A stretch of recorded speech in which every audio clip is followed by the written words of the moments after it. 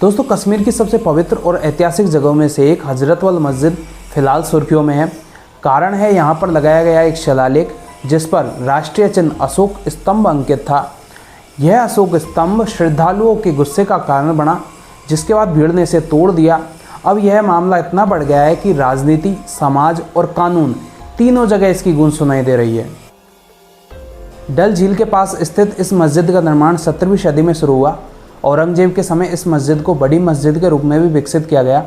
हजरतबल मस्जिद पवित्र मानी जाती है क्योंकि यहाँ पर पैगंबर मोहम्मद के दाढ़ी का बाल मोए मुक़द्दस रखा हुआ है, जिसे देखने लाखों लोग दूर दूर से आते हैं और इसी कारण इस मस्जिद का नाम हजरतबल भी पड़ा। यह धार्मिक स्थल ही नहीं बल्कि राजनीतिक और सामाजिक आंदोलन का भी केंद्र बना। 1963 में जब मोए मुक़द्दस रहस्यमयी तरीके से गायब हो जाता है तो क्षेत्र में आंदोलन होते हैं, दंगे फसाद होने लगते हैं, लेकिन कुछ ही समय बाद यह वापस मिल जाता है। इस घटना ने इस मस्जिद को और भी ज़्यादा संवेदनशील बना दिया। कुछ दिन पहले जम्मू कश्मीर वक्फ बोर्ड ने मस्जिद के नवीनीकरण और मरम्मत के बाद एक शिलालेख लगवाया जिस पर राष्ट्रीय चिन्ह अशोक स्तंभ भी अंकित था। यहीं से विवाद शुरू हुआ। श्रद्धालुओं और धार्मिक नेताओं का कहना है कि सरकारी प्रतीक धार्मिक स्थलों पर नहीं लगाए जाने चाहिए। मस्जिद आस्था और इबादत की जगह है। जिसके बाद श्रद्धालुओं ने अशोक स्तंभ को तोड़ दिया। इसके बाद प्रशासन हरकत में आया और 30 से अधिक लोगों को हिरासत में लिया गया। अशोक स्तंभ का विरोध करने वाले लोगों का कहना है कि वक्फ बोर्ड ने संवेदनशीलता को नज़रअंदाज किया है। मस्जिद राजनीति की जगह नहीं है, इबादत की जगह है। यदि राष्ट्रीय प्रतीक लगाना ही था तो पहले एक बार बात कर लेनी चाहिए थी। उमर अब्दुल्ला ने भी कहा है कि मस्जिद कोई सरकारी कार्यालय नहीं है जहां पर राष्ट्रीय प्रतीक लगाया जाए। वक्फ बोर्ड को माफ़ी मांगनी चाहिए।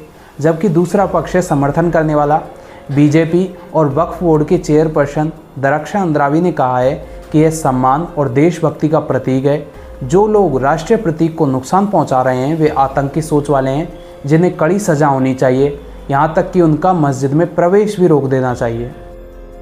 भारत में राष्ट्रीय प्रतीक का अपमान करना एक अपराध है। इस पर the state emblem of India prohibition of improper use 2005 act लागू होता है। साथ ही भारतीय न्याय संहिता की कई धाराएं भी जोड़ी जा सकती है, यानी कि सरकारी संपत्ति को तोड़ना, धार्मिक जगहों पर अशांति फैलाना और राष्ट्रीय प्रतीकों का अपमान करना, ये सभी अपराध माने जाते हैं।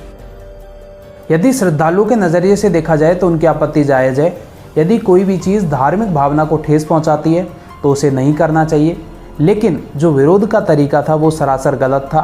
प्रशासन से बातचीत की जा सकती थी, अदालत का सहारा लिया जा सकता था, लेकिन तोड़फोड़ और हिंसा करना न केवल राष्ट्रीय प्रतीक का अपमान हुआ बल्कि मस्जिद जैसी पवित्र जगह भी विवादों में आ गई।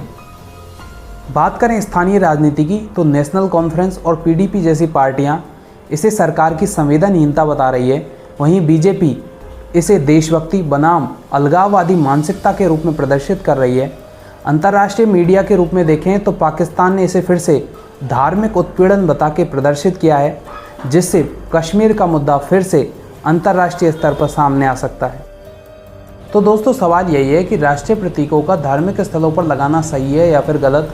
कुछ लोग इसे देशभक्ति कहते हैं तो कुछ लोग इसे धार्मिक भावना में दखल।